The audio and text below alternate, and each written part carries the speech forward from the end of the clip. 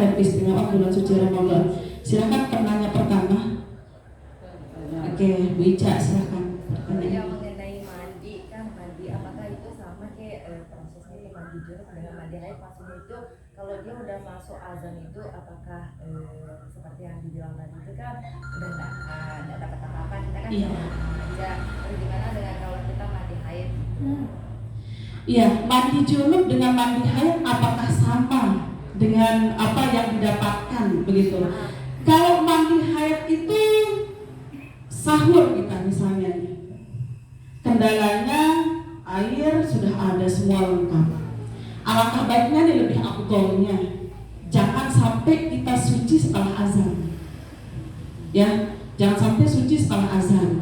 Kalau kondisi membaik, maksudnya air ada semua sudah lengkap, maka sucilah sebelum azan itu tiba.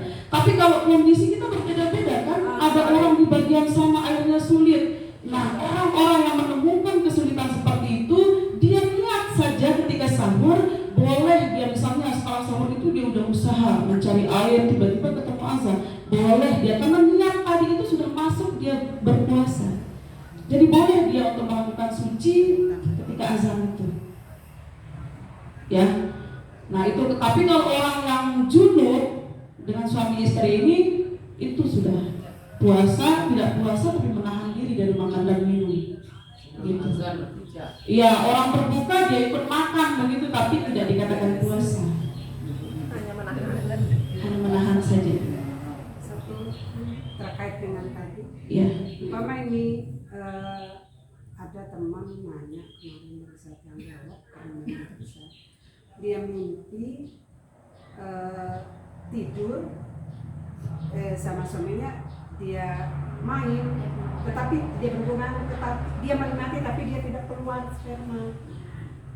Wajib mandi enggak itu? Ya. Ini fikih ilmu anak talibin ya. Orang yang mimpi bersetubuh, yang keluar dua-duanya, atau perempuan dia menikmati katanya, tapi dia tidak keluar sperma yang tidak keluar. Selagi tidak, itu kan mimpi itu hayalan ya. Hasil dari halusinasi alam bawah sadar kita. Dia menikmatinya di mimpi begitu, tetapi tidak di dunia nyatanya. Apalagi sperma tidak keluar, maka tidak ada kewajiban untuk mandi. Andai pun dia mimpi ketika siang hari atau malam hari di bulan Ramadan, siang hari yang terutama tidak batal puasanya. Bersyukur dia dapat rezeki gitu. Perumpamaannya adalah orang puasa tiba-tiba dia lupa puasa, makan sampai satu piring, puasanya tetap berlanjut begitu. Nah, perumpamaan orang yang bermimpi ini dia hanya menikmati di hayalannya saja, tetapi di dunia nyata begitu banyak masih terasa tidak ada hubungannya ketika dia sadar dengan yang ada di mimpi itu. Karena memang kan alam bawah sadar kita yang dipengaruhi oleh mimpi, sehingga kita merasakan mimpi itu ketika kita terbangun begitu. Kalau dia keluar mandi? Kalau dia keluar wajib mandi. Nah, kalau dia ada pun dia puasa keluar sperma, intinya wajib untuk dibatalkan puasanya. Ya, karena intinya keluar sperma itu wajib untuk mandi dan wajib untuk membuka puasa, batal puasa itu. Ada lagi ibu? Sedikit tentang fidyah. Fidyah. Karena di sini orang gila itu ada yang meninggal itu mungkin tidak punya keluarga, tidak tahu dia meninggal itu siapa yang bertanggung jawab atas fidyahnya itu. Tempat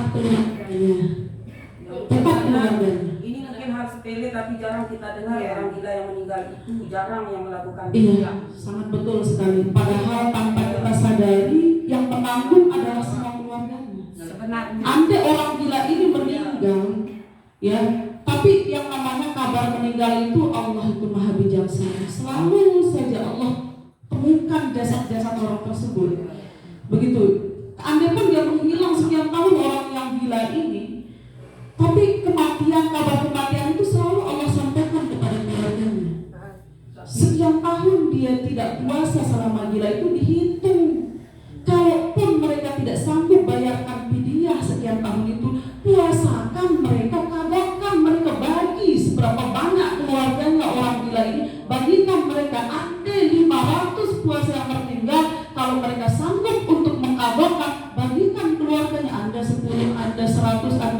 itu jalannya.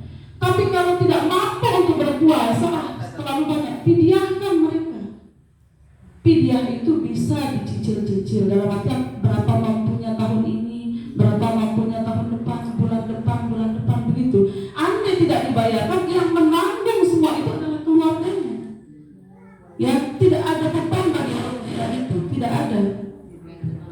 Karena orang gila itu kan kebanyakan keluarganya dari yang kurang mampu.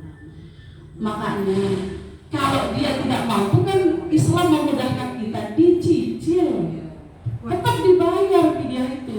Makanya diberikan dua opsi oleh Allah. Apabila dia tidak mampu membayarkan pidiah karena kemiskinan, puasakan mereka.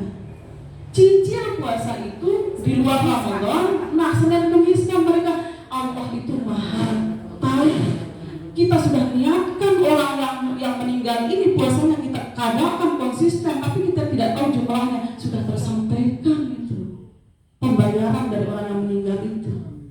Makanya saya bilang jangan pernah kita putus asa dengan kasih sayang Allah. Ya, yakin sudah kita niatkan dia dengan bagus, sudah kita ini kadakan dia, Allah sudah yang mengatur segalanya. Gitu. Yang penting sudah dilaksanakan oleh keluarganya. Yang tidak sama sekali ini yang menjadi masalah di akhirat kelak. Karena dia yang gila ini akan menuntut nanti. Dia yang akan menuntut. Saya punya sekian saudara, saya punya sekian anak, tapi tidak ada. Andai dia dimasukkan neraka sebelum dia gila itu karena dosa-dosanya, dia akan menuntut nanti di hari penghisapan itu. Makanya kalau ada keluarga kita yang seperti itu, ya kita sadarlah sebagai keluarganya, ajak rangkul keluarga kita yang lain untuk bisa membayarkan saudara kita yang gila itu begitu, entah puasa atau fidyah.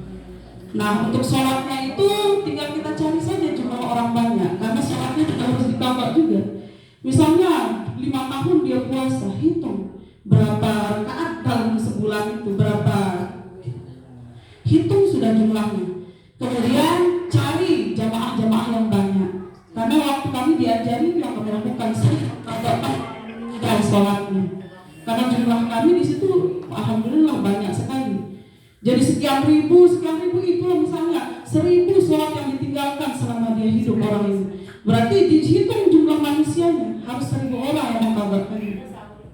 5 waktu itu subuh, asar, maghrib, isya. 5 waktu itu berarti 5 kali sholat kan yang 1000 orang ini. Maka terbayarkan sudah. Ya, kabarnya. Bagaimana, Linda? Ada yang lain lagi, Bu? Ada sudah mulai mengantuk? Mohon maaf ya. Tidak ada, sudah jelas ya. Kita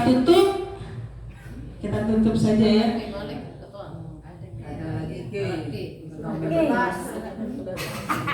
Pengantin baru ini. Nah, ini betul sekali ini pertanyaannya. Bagaimana orang yang sedang misalnya dia mengandung sebelum puasa, tiba-tiba di bulan puasa dia melahirkan. Halo cek. Tiba-tiba di bulan puasa dia melahirkan, rusak semua puasanya. Terus pertengahan setelah puasa lagi dia mengandung lagi, ketemu lagi puasanya. Cukup dia membayar fidyah, tidak mengqadha puasa. Ya. Nah, satu lagi Bu Ibu. Seperti yang tertuang di dalam surat Al-Baqarah ayat 184, bahwasannya ini yang harus tiang luruskan, karena seringkali mendengar ibu-ibu yang belanja itu ada yang mengatakan saat kan biasanya kita haid itu selalu bersamaan, kadang ada teman kita samaan, kamu udah suci belum? Aku sebenarnya hari ke-7 ini udah suci, hanya saja saya sengaja nggak puasa hari ini biar cukup 8. Toh juga nanti yang kita kadakan 8. Sudah jelas di dalam Al-Quran surat Al-Baqarah itu. Kita harus mengqadha puasa di hari yang lain sesuai dengan puasa yang tertinggal. Yang maksud Allah mencukupkan puasa itu adalah yang Ramadan 30 hari ini harus dicukupkan, dia menjadi 30. Cukupkan di hari yang lain. Yang dimaksud Allah mencukupkan itu adalah yang 30 Ramadan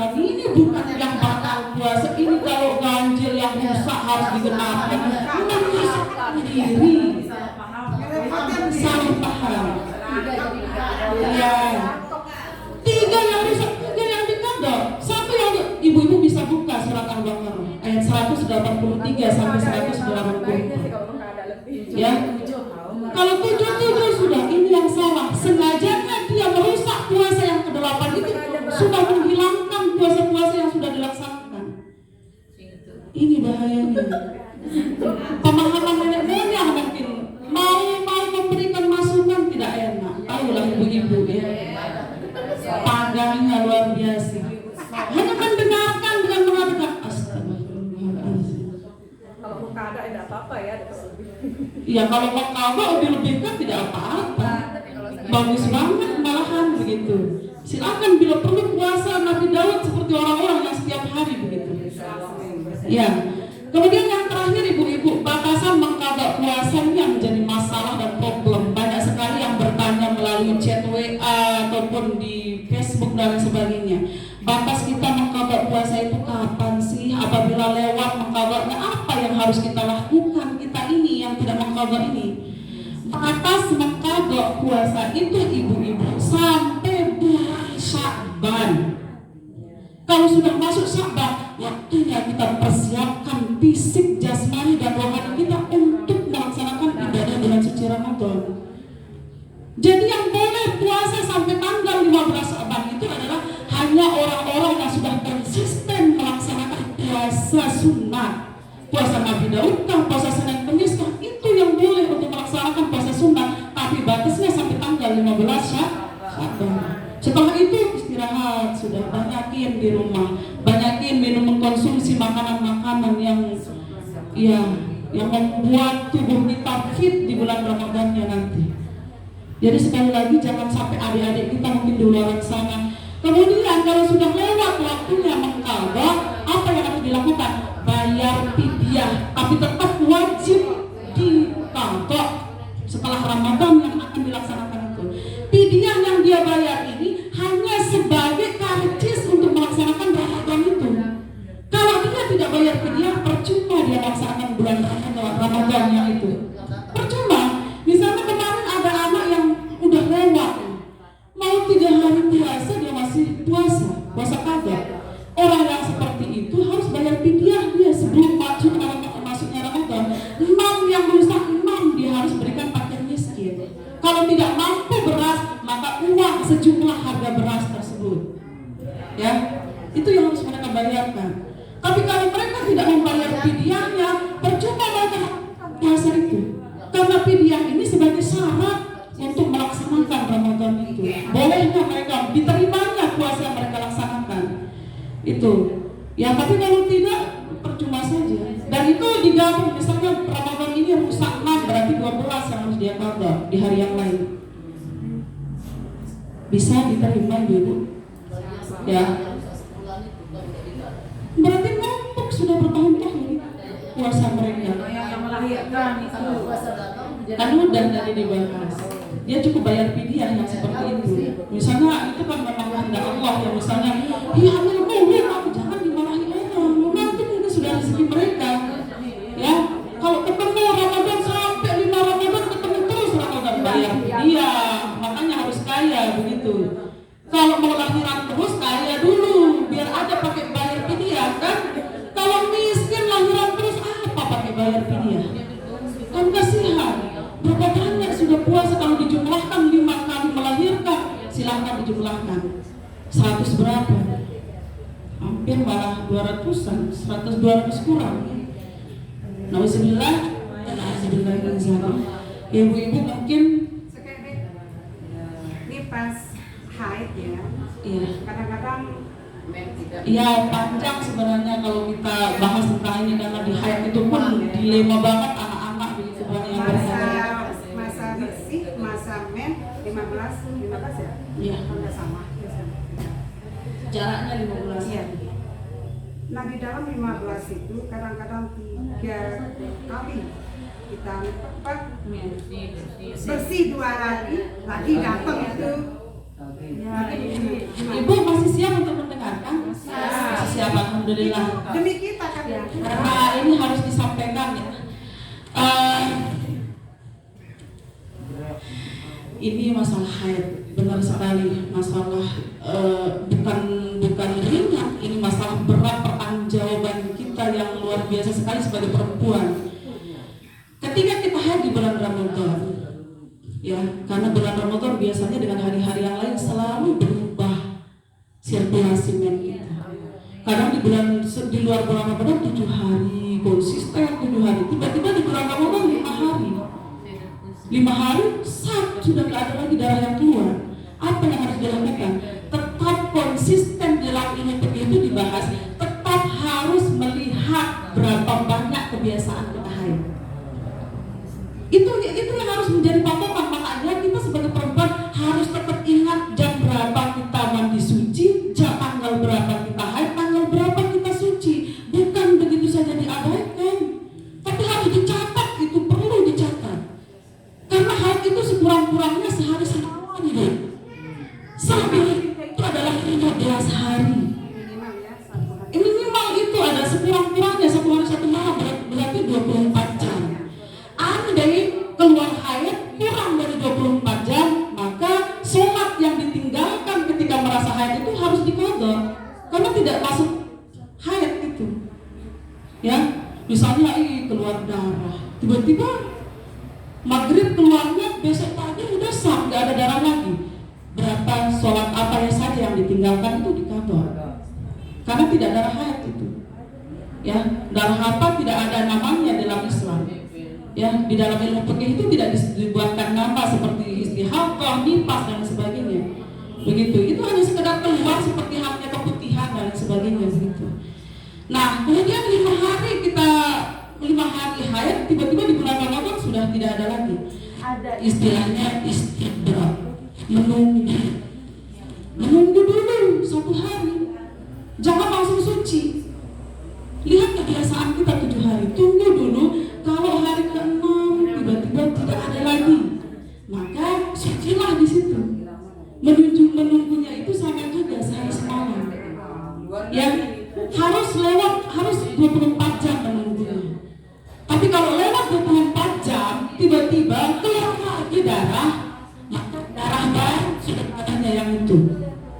Yang ke-7 hari ini, misalnya sucinya ibu-ibu di hari ke-6 itu udah lebih 24 jam.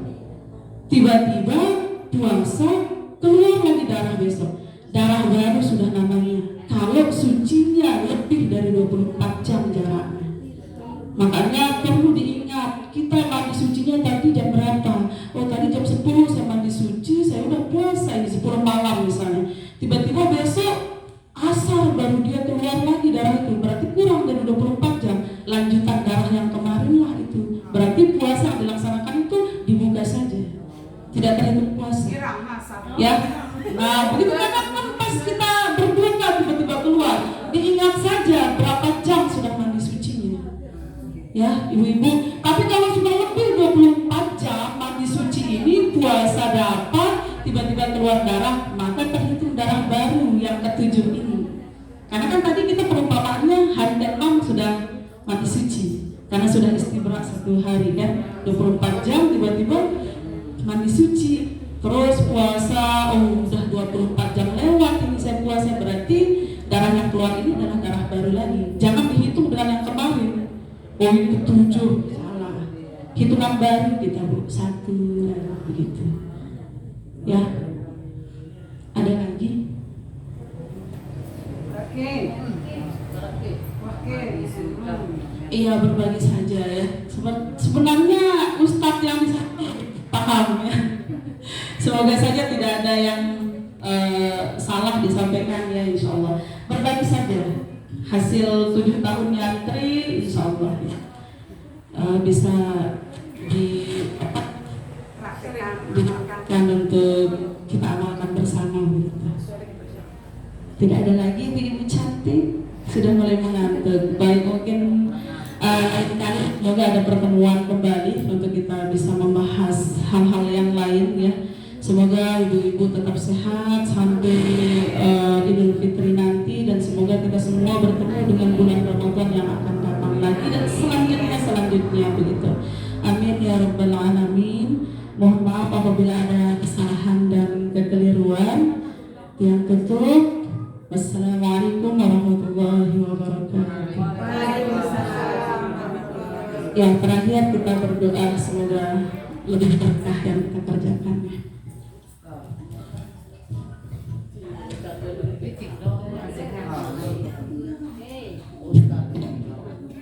Bismillahirrahmanirrahim. Assalamualaikum warahmatullahi wabarakatuh. Waalaikumsalam. Apa yang kita lakukan pada hari ini, mari kita sama-sama tutup dengan meminta ridha dari Allah Subhanahu wa taala, berdoa. Mudah-mudahan apa yang kita lakukan hari ini tercatat sebagai amal ibadah kita di sisi Allah Subhanahu wa taala. A'udzubillahi minasyaitonir rajim. Bismillahirrahmanirrahim. Alhamdulillahirabbil alamin. Sallallahu alaihi tabaraka kullu sahabatihi sayyidina Rasulillahi ajma'in.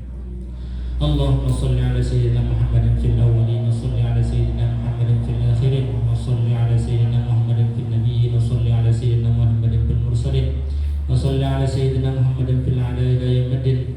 Allahumma inna nas'aluka ridhaka wal jannah wa na'udzu bika min sakhatika wa nar. Allahumma innaka afuwwun karim tuhibbul afwa fa'fu 'anna ya karim. Allahumma jalla wa zurriyatana man habbana fika min afari barika innaka hadhihi nasiban fi kulli khairin taksimu fi hadzal yawm fi ma ba'dahu min nurin tahdi bihi wa rahmatin tanshuru wa rizqin tabshutu adran tashku wa dhanbin taghfir hasidatin tadfa'u wa mafatin tamannu biha ala man tasha min ibadika innaka ala kulli shay'in qadir. Ya Masih ya Mudabbir Dabbir ya Musahil Sahil alaina kulla syai'in bihi mawsul nadr. Allahumma innaka ta'lamu anna hadhihi al-qulub qad ijtama'at ala muhabbatik wa ta'adat ala nusrat syari'atik wa thiqil lahum rabitataha wa limuddaha wa ahliha subulha wa 'allimha al-kitab wal hikmah wa khadha min fitanil mahya wal mamat min syarri khalqika wal hisab. Rabbana ighfir lana wa liwalidina warhamhuma kama rabbawna shighara warjamil muslimin wal muslimat wal mu'minin wal mu'minat minal masyriqi wal maghribiha. Allahumma ighfir lahum warhamhum wa'afihim wa'fu anhum waj'alil jannata maswahum. Rabbana atina fid dunya hasanatan wa fil akhirati hasanatan wa qina adzabannar wa adkhilnal jannata ma'al abrar.